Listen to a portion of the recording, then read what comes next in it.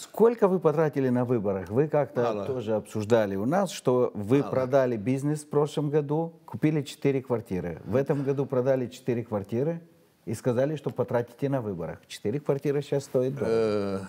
Нет, что стоит? А за счет чего будете жить?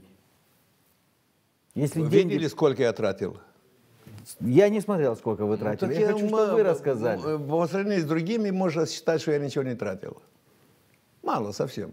То есть деньги за квартиры вы не вложили в выборы? Я не видел, как сказать, Смысла в этом? смысл вложения денег. Можно вложить там, где идут деньги, а не где только тратишь.